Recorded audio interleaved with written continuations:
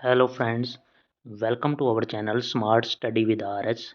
इस लेक्चर में हम क्लास 10वीं के पूरे मैथ के इम्पोर्टेंट फॉर्मूले और कॉन्सेप्ट डिस्कस करेंगे और आपको इस वीडियो को ध्यान से देखना है कि जैसा कि पहला क्वेश्चन है कि आपको पता ही है द्विघात में अधिक से अधिक दो शून्य हो सकते हैं। छोटे क्वेश्चन में आ सकता है त्रिघात बहुपद के अंदर अधिक से अधिक कितने तीन शून्य हो सकते हैं। उसके बाद है नेक्स्ट कॉन्सेप्ट है कि द्विघात समीकरण है तो ये समीकरण होगा a x squared plus b x plus c. इसके शून्य का मान लो अल्फा और बीटा, ये मान लिए। तो एक इम्पोर्टेंट इक्वेशन यहाँ से जो निकलेगी वो ये है कि alpha plus beta minus B by a रखना है आपको याद। Alpha into beta c by a. अगर त्रिघात है, त्रिघात यानी कि मैक्सिमम घात उसकी तीन होगी तो a x cube plus b x squared plus c x plus d के शून्य के हैं तो alpha plus beta plus gamma minus B by a. Alpha beta plus beta gamma plus gamma alpha is equal to c by a. Alpha beta gamma is equal to minus d by a. तो उसके बाद next है विभाजन algorithm. आपको पता होना चाहिए, हमें पता है कि भाज्य भाजक और ये है पी एक्स और शून्योत्तर बहुपद जी एक्स के लिए दो बहुपद का अस्तित्व है। तो उसके लिए क्या कॉन्सेप्ट होगा, उसके लिए कॉन्सेप्ट होगा हमारे पास कि P X is equal to P X क्या है, P X is equal to G X into Q X is equal to R X. जैसा कि मैंने यहाँ पे करके दिखा रखा है, ये है पी एक्स को अगर हम भाग लगाएंगे तो ये है, तो पी एक्स हमारा यहाँ से क्या हो जाएगा वही लिख रखा है, कोई नई चीज़ नहीं है। पी एक्स हो जाएगा जी एक्स और क्यू एक्स की गुणा और प्लस में रिमाइंडर आर एक्स यानी कि रिमाइंडर। तो ये कॉन्सेप्ट है, कंफ्यूज नहीं होना। उसके बाद नेक्स्ट क्वेश्चन है हमारे पास, नेक्स्ट कॉन्सेप्ट है कि अगर द्विघात है तो दो रेखिक गुणकों में गुणनखंड कर सकेंगे तो द्विघात समीकरण के मूल प्रत्येक गुणक को शून्य के बराबर करके प्राप्त कर सकते हैं। अगर इनके हमने गुणक निकालने हैं तो a x squared plus b x plus c को इक्वल टू 0 पुट कर देंगे तो वहाँ से वैल्यू निकाल लेंगे हम। जैसे कि हम इस फॉर्मूले से भी निकाल सकते हैं, मेन ये है, ये फॉर्मूला भी यूज कर सकते हैं minus B square minus 4ac by 2a। ये द्विघात समीकरण का ये समीकरण है और B x square minus 4ac greater than equal to 0 होना चाहिए। या क्या क्या केस हो सकते हैं, यहाँ से मोस्ट इंपॉर्टेंट कॉन्सेप्ट आ गया कि कौन से केस हो सकते हैं। एक द्विघात समीकरण है a x squared plus b x plus c, तो उसमें क्या है, अगर पहला दो भिन्न वास्तविक मूल होते हैं तो B square minus 4ac greater than 0। दो बराबर मूल हैं अर्थात संपाती वास्तविक मूल हैं तो B square minus 4ac is equal to 0। और कोई वास्तविक मूल नहीं है तो बी स्क्र माइनस 4ac ये लेस देन 0 होगा। इसी को विविक्त कर भी कहते हैं बच्चों, यही है विविक्त कर, ये डिस्क्रिमिनेंट है, इसको इंग्लिश में क्या कहते हैं, डिस्क्रिमिनेंट। ठीक है। उसके बाद है नेक्स्ट, ये है एक समांतर श्रेणी है तो आपको पता ही है कॉमन डिफरेंस रहेगा उसमें। ए यहाँ पे ए प्लस डी तो यहाँ पे कोई क्या हो गया डी हो गया, या इस तरह ए टू माइनस, तो डी निकालना होगा तो दूसरे में से पहली, तीसरे में से दूसरी माइनस, या तीसरे में से दूसरी, इस तरह a two minus a one, a three minus a two, a four minus a three, ये होगा। उसके बाद जनरल फॉर्मूला है, अगर कॉन्सेप्ट 3 इंपॉर्टेंट, प्रथम पद ए है और सार्वंतर डी वाली ए पी का एनवा पद निकालना है तो हम a n is equal to A plus n, ये ए एन को कई बार एल भी लिख देते हैं, L is equal to A plus N minus 1 into D. L हमारी लास्ट टर्म हो जाएगी, ये ए है हमारी फर्स्ट टर्म और डी है हमारा common difference, N number of term हो जाएंगे कितने पद। उसके बाद नेक्स्ट है, ये है टोटल निकालने का formula, S N is equal to, हमें एस निकालना होगा और जहाँ पे दे रखा है तो N by two A plus N minus 1 into D, ये हो जाएगा। और एक एस इज इक्वल टू हो जाएगा N by two A plus L, ये हो जाएगा टोटल निकालने का। जहाँ पे लास्ट पद दे रखा है तो N by two A plus L हो जाएगा, और जहाँ पे हमारे को फर्स्ट टर्म और डी दे रखा है तो N by two A plus N minus 1 into D हो जाएगा। उसके बाद है एक ये दे रखा है कि अगर हमारे पास A B C A P में है तो बी इज इक्वल टू क्या होगा a plus c by two, b a और सी यार एक समांतर मध्य कहलाता है। बी क्या होगा, अगर ए पी में है तो बी क्या होगा, ए प्लस सी का एवरेज होगा।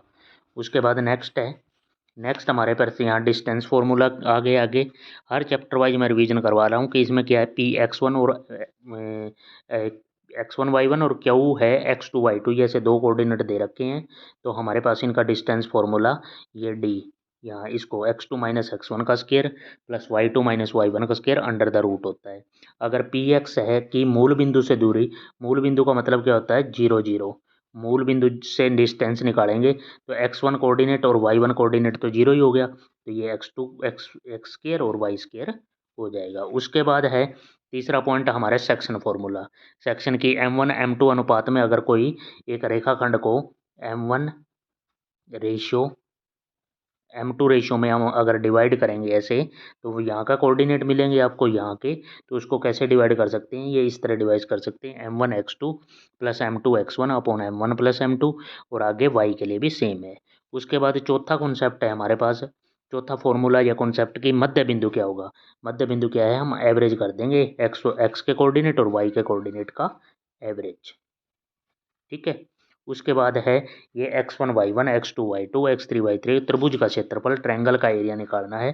ट्रायंगल का एरिया निकलेगा तो इस फॉर्मूले से निकल जाएगा 1/2 x1 आ गया तो वहाँ y2 y3 होगा, x2 होगा तो y3 y1, x3 के साथ y1 माइनस y2, हर जगह डिफरेंस होगा, और 1/2 होगा, वही फॉर्मूला है 1/2, जैसे एरिया निकालते हैं 1/2 बेस इंटू हाइट, उसी से रिलेटेड है। ये दे रखा है, ये हमने डिस्कस कर लिया। उसके बाद है ये ज्योमेट्री का कॉन्सेप्ट आ गए कि दो बहुभुज समरूप हैं तो उनके संगत कोण भी बराबर होंगे, संगत भुजाएं भी बराबर होंगी। ये क्या है, अलग अलग कसौटी हो सकती हैं अगर तीनों कोण बराबर हैं कसौटी नंबर, तो ए समरूपता कसौटी लगेगी।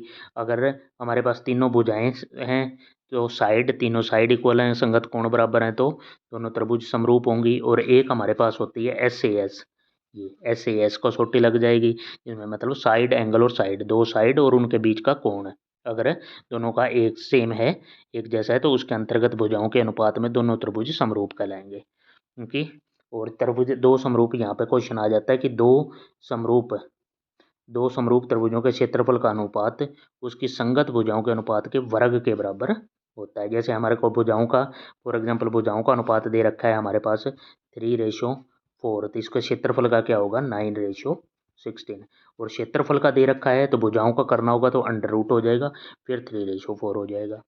उसके बाद है नेक्स्ट, ये हमारे पास अगर द्विघात समीकरण दे रखे हैं तो उनके मूल की प्रकृति कैसे ज्ञात करनी है। हमारे पास है, आपको पता ही है, मैक्सिमम घात इसकी 2 है, तो ax² plus bx² plus c ये मूल है, तो इसकी x की वैल्यू यहाँ से हम इस फॉर्मूले से निकाल सकते हैं, -b plus -b² minus 4ac under the root by 2a, ठीक है। b² minus 4ac greater than 0 होना चाहिए।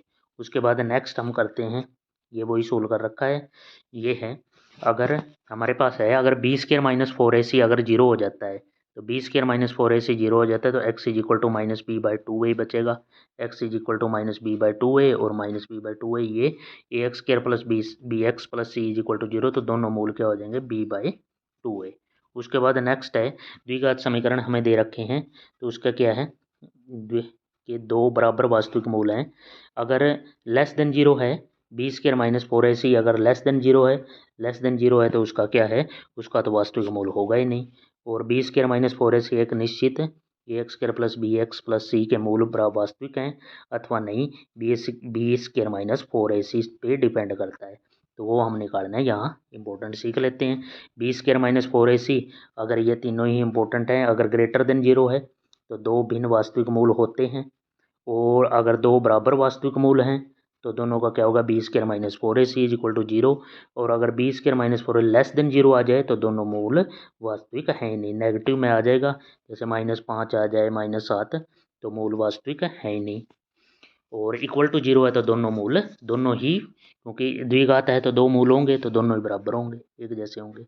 ये हमारे को रैखिक समीकरण हल करने की एक हमारी क्या है विधियाँ हैं, ऐसे ऑप्शन में पूछ सकता है, ग्राफीय विधि है, बीजगणितीय विधि है। उसके बाद ग्राफीय विधि में क्या है ये दे रखी है, फिर उसके बाद है बीजगणित विधि के एक रैखिक समीकरण को प्रतिस्थापन विधि से हल कर सकते हैं, विलोपन से कर सकते हैं, वज्र गुणन विधि से कर सकते हैं।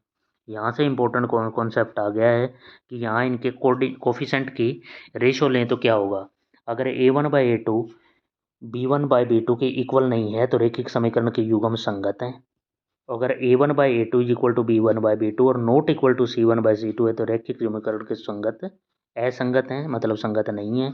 और तीनों ही इक्वल हैं तो समीकरण के अनेक हल होंगे। आश्रित संगत होता है और इसके अनेक हल होंगे। तीनों केस हमने डिस्कस कर लिए हैं। नेक्स्ट है ये टेबल मोस्ट इंपॉर्टेंट है, आपको यहाँ पे एग्जाम्पल के तौर पर भी दे रखी है कि ये इक्वल नहीं है, A1/A2 और B1 इक्वल नहीं है तो प्रतिच्छेद करती हुई रेखाएं, ये तीनों इक्वल हैं तो समपाती रेखाएं, और C1/C2 नॉट इक्वल टू है तो समांतर रेखाएं, पैरेलल लाइन एक दूसरे को कहीं नहीं कट करेंगे। उसके बाद हम कॉन्सेप्ट की ओर बढ़ते हैं ट्रायंगल का, ट्रिग्नोमेट्री ये आपको पता ही है। साइन क्या होता है, कोस क्या है, आपने पढ़ा होगा।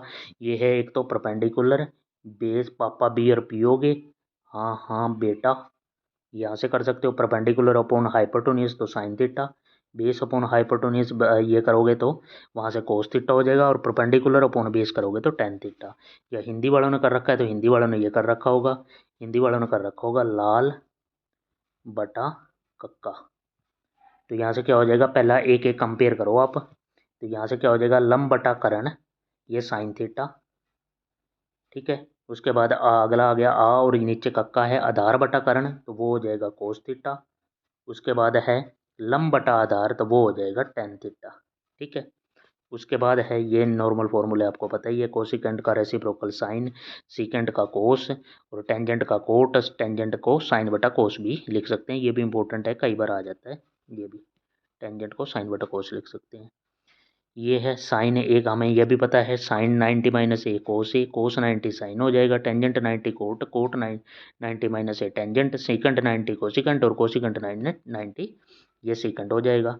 ये तीनों भी इंपॉर्टेंट फॉर्मूले हैं, ये भी पता होना चाहिए हमें कि sine square plus cos square is equal to 1, secant square minus tangent square ये भी 1, और कोसिकेंट माइनस, इसको भी ऐसे से याद रख लो, cosecant squared minus cot squared is equal to भी 1, वो भी 1 होता है। कोसिकेंट और कोट में ये माइनस हो जाएगा, और सीकेंट और टेंजेंट में भी माइनस इक्वल टू 1 हो जाएगा, और sine square plus cos square is equal to 1, ये प्लस का होता है। नए एंगल की जो वैल्यू है वैल्यू करनी चाहिए 0 और 90 के बीच में। नेक्स्ट हमारे पास आ गया क्वेश्चन, ये आगे एक प्रत्यक्ष विधि है कैसे हमने माध्य निकालना है। तो FI/XI ये बहुत यूज होता है, FI/XI upon some of FI, ये प्रत्यक्ष विधि है माध्य निकालने की, माध्य, ठीक है। उसके बाद ये कल्पित विधि होती है, पग विचलन विधि होती है। उस यहाँ आ गया ये इंपॉर्टेंट फॉर्मूला आ गया बहुलक का, बहुलक का तो है L plus F1 minus F naught upon 2F1 minus F note minus F2 into H, और इसका है माध्यक निकालने का है ये L plus N/2 minus CF upon F into H, ये होता है माध्यक निकालने का। बस यही आपका पूरा ये है। प्रोबेबिलिटी प्रायिकता का आ गया है, प्रायिकता का के लिए क्या है, ये तो हमें करते ही हैं कि अनुकूल परिणाम, और नीचे होते हैं कुल परिणाम, परिणामों की कुल संख्या, ठीक है। उसके बाद क्या है, यहाँ से छोटे क्वेश्चन आ सकते हैं क्योंकि ये एक निश्चित, यहाँ पे पूछ रखा है 0.3 से छोटा क्वेश्चन आ सकता है कि एक निश्चित घटना की प्रायिकता 1 होती है, ठीक है। एक असंभव घटना की प्रायिकता 0 होती है, ठीक है। घटना ई की प्रायिकता, जो किस प्रायिकता किसके बीच में लाई करती है, तो ये इंपॉर्टेंट है। यहाँ से क्या हो जाएगा, ये PE 0 के बराबर भी हो सकती है, 0 से बड़ी होगी, और 1 के बराबर हो सकती है या 1 से छोटी, ठीक है। और ये क्वेश्चन है, यहाँ से भी हो सकता है किसी घटना का केवल एक ही परिणाम जो प्रारंभिक घटना कहलाती है, जिसका प्रयोग सभी प्रारंभिक घटनाओं की प्रायिकताओं का योग 1 होता है। एक यहाँ से 7 से आया जाएगा कि PE लिख रखा है इसने plus PE bar equal to 1, ये होने की प्रायिकता है और ये ना होने की है। इसका सम किसके इक्वल होता है, ये 1 के इक्वल होता है। P होना प्लस P न होना, ये डैश लगा रखा है ऊपर, इक्वल टू 1। मान लो अपने को होने की दे रखी है P 0.5, तो PE डैश या बार निकालेंगे तो 1 में से 0.5 माइनस कर देंगे तो ये कितना हो जाएगा 0.95, ठीक है। तो यहाँ से क्या हो जाएगी, न होने की, और न होने की दे रखी हो तो होने की 1 में से माइनस कर देंगे। तो ये बच्चों ये आपका कंप्लीट मैथ का कॉन्सेप्ट और फॉर्मूले कह लो ये थे। ज़्यादा से ज़्यादा चैनल को सब्सक्राइब करें, शेयर करें, मैक्सिमम लोगों तक पहुँचाएँ, बच्चों तक पहुँचाएँ, ताकि ज़्यादा से ज़्यादा बच्चों का फ़ायदा हो सके। ज़्यादा से ज़्यादा लाइक करें। Thank you for